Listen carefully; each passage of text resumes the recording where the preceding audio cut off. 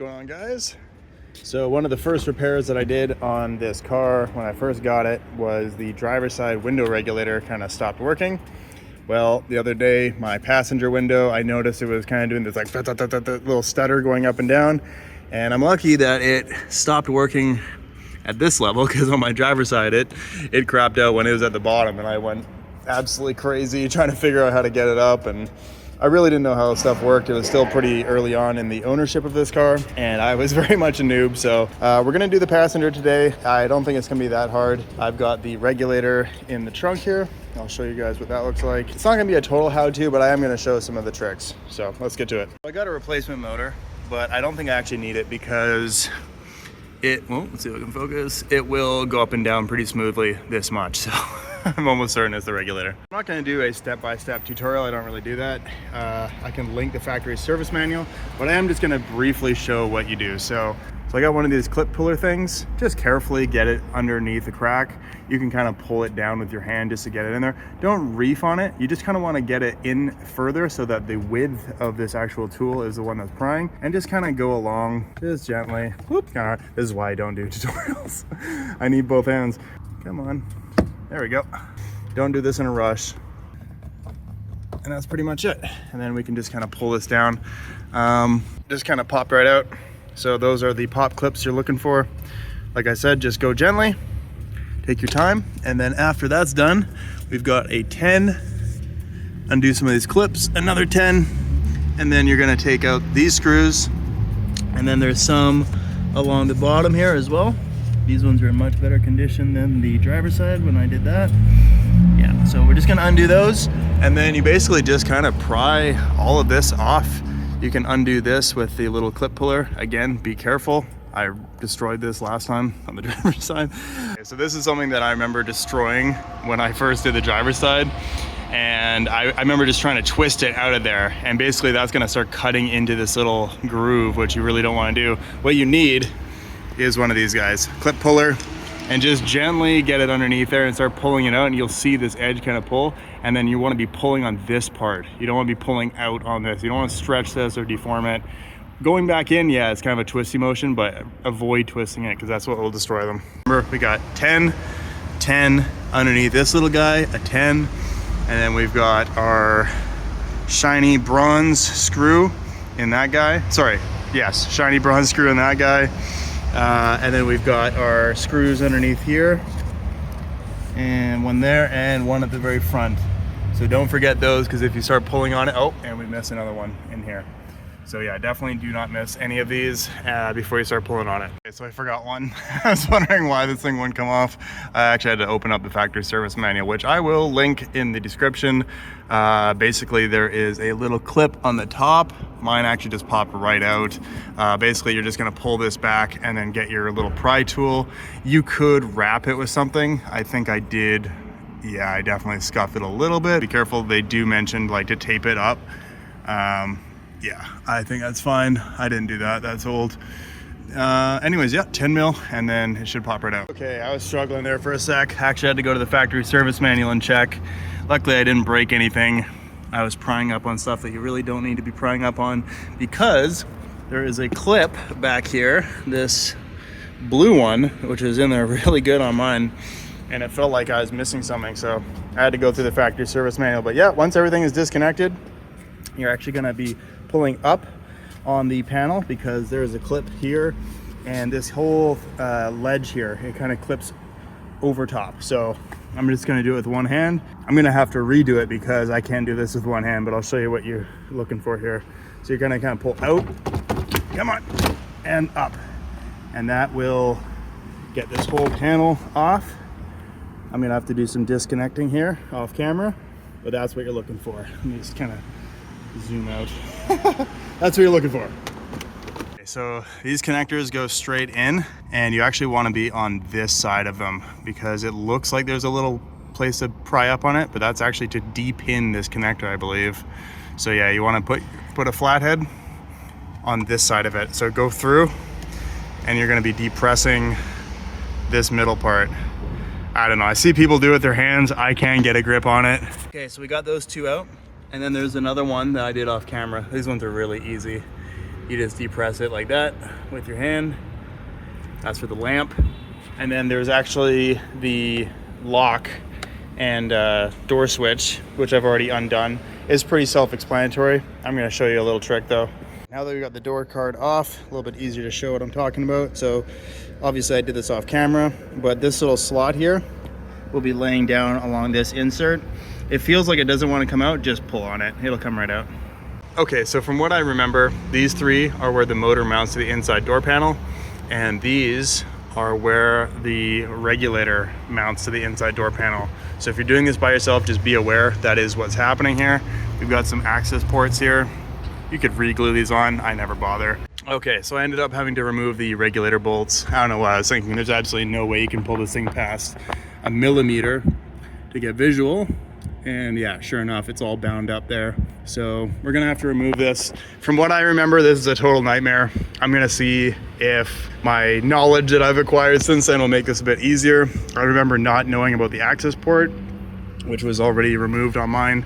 It's like this little leather, fake leather thing. You just remove this if it's still on there. Mine was already removed. I'm gonna undo the motor and get this thing off. So the electric motor grommet, just kind of squeeze it and pull it, and then once it's out, you can kind of squish it through that side. As far as all these little mounting clips, if you have storks like this or some pliers, you just pinch. See if I can do this on camera. It's a real how-to video now. No, I couldn't hear this. Oh! Anyways, you get the idea. Squeeze that little thing, pull it through. Hey, so we finally got in there. We can assess the damage. Yep, that will definitely cause your window to get bound up. This thing is definitely an original. It's pretty beat. From what I remember, yeah, it's just 10 mils on this. And if you're doing it by yourself, definitely be careful. The window will come down, so be careful. You definitely don't want to have to reattach these. You'll need a window guy, or if you know how to do that yourself. But yeah, that's what it looks like, man. Track looks fine. If I can see up there, yeah. Okay, so there's the new one from Rock Auto. I'll put a part number in the description, and I am going to replace the motor while I'm in there, although I think the motor is fine. I may as well just do it while I'm in there. Keep the old one as a spare. If you are a Y34 M45 guy, I have bad news. These are impossible to find. If you are an F50 Q45 or a SEMA, then they're on Rock Auto. I think you can still get them from like Infiniti parts, but these third-party ones are fine. The driver's side that I put in has held up for years, no problem. Yeah, let's take this thing out. Okay, so normally you would take that one off and this one off, and then detach it from the glass. Let the glass kind of come down carefully. You could probably rest it on this little brace here.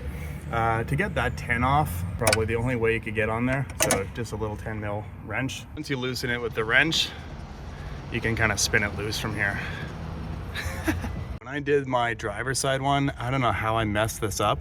I either broke this or something happened where I think I might have stripped, I can't remember, but I ended up having to use a nut and a bolt on this thing. So I'm really glad that I could do this one properly and show you guys. Remember now, I believe I over torqued this and pulled that insert out, and they are just, yeah, I'm not sure if this plastic is super brittle or what. I can't remember what I did, but I'm going to be careful when I retighten these. I'm not going to over torque them, just snug them up. So we got the old one laid out and the new one with the new motor, and I'm just going to take out some of the hardware and put it into the new one, and then we're gonna just basically go in reverse. One eternity later. I thought we were screwed. The screwdriver I brought was just like a normal Phillips. These actually need a really big one, and if they are not perfect, you will strip them out super easy. Yeah, you need a big dog in there. See if we can do this with one hand. Yes, thank you, God. I don't want to leave this thing and go into the parts store with the whole thing disassembled. We're back. So as far as orientation, just keep in mind this is going to mount to the inside of the door panel, right? And then these tabs right there are going to line up in there. And that one on there. Let's go wide angle, and it'll just be kind of like a little X shape like that. Holding this up, make sure that it is on the track. If you can kind of move it diagonally. Also, while you're in it, just clean this track out. I'm gonna blast this with some silicone spray and just kind of give it a wipe. If it's outside of the track, just move the window diagonally and you'll be able to kind of slip it back into the track there. So another thing that I'm remembering is on the driver's side, maybe it's on the passenger too, and this has already been done by a previous owner, but there was like a shield, like a plastic shield that covered all of this. And I believe that's for vapor or some sort of moisture guard. I actually re-glued mine on there. I don't see any residue or anything, so maybe they don't have it on the passenger, but FYI, if you are doing it on the driver's side, that's what that's for. I have no idea how I did this last time by getting my hand like underneath here, basically prying my hand underneath and like pushing it up against, which I definitely remember doing, and it was a bloodbath. The proper way to do it is just to adjust it with the window. Just pull it up until it gets close, which is easier said than done with one hand. Oh, come on. All right, you get the idea. Pro tip, put a couple bolts in there. I'm gonna put a couple more in because it actually makes it so much easier. This seems obvious, but I am going off of like 5-year-old memory. Definitely should have done this from the get-go. It makes it so much easier. Okay, so I actually undid all of that and pulled the door card kind of off the door. And that way I can get my, I don't know if you can see what I'm doing here. I got my hand underneath and I can kind of push the motor up against these mounting points. Okay, so we got a couple bolts into the door card. We got our motor all lined up, and now everything's off kilter again, but with our little grab the window technique, we can get these bolts. Oh, it's so hard to do with one hand. Yeah, there we go. You get the idea. One eternity later. Okay, boys, well, we have come into a serious issue. The nut that this screws into has snapped off. This cheap piece of crap.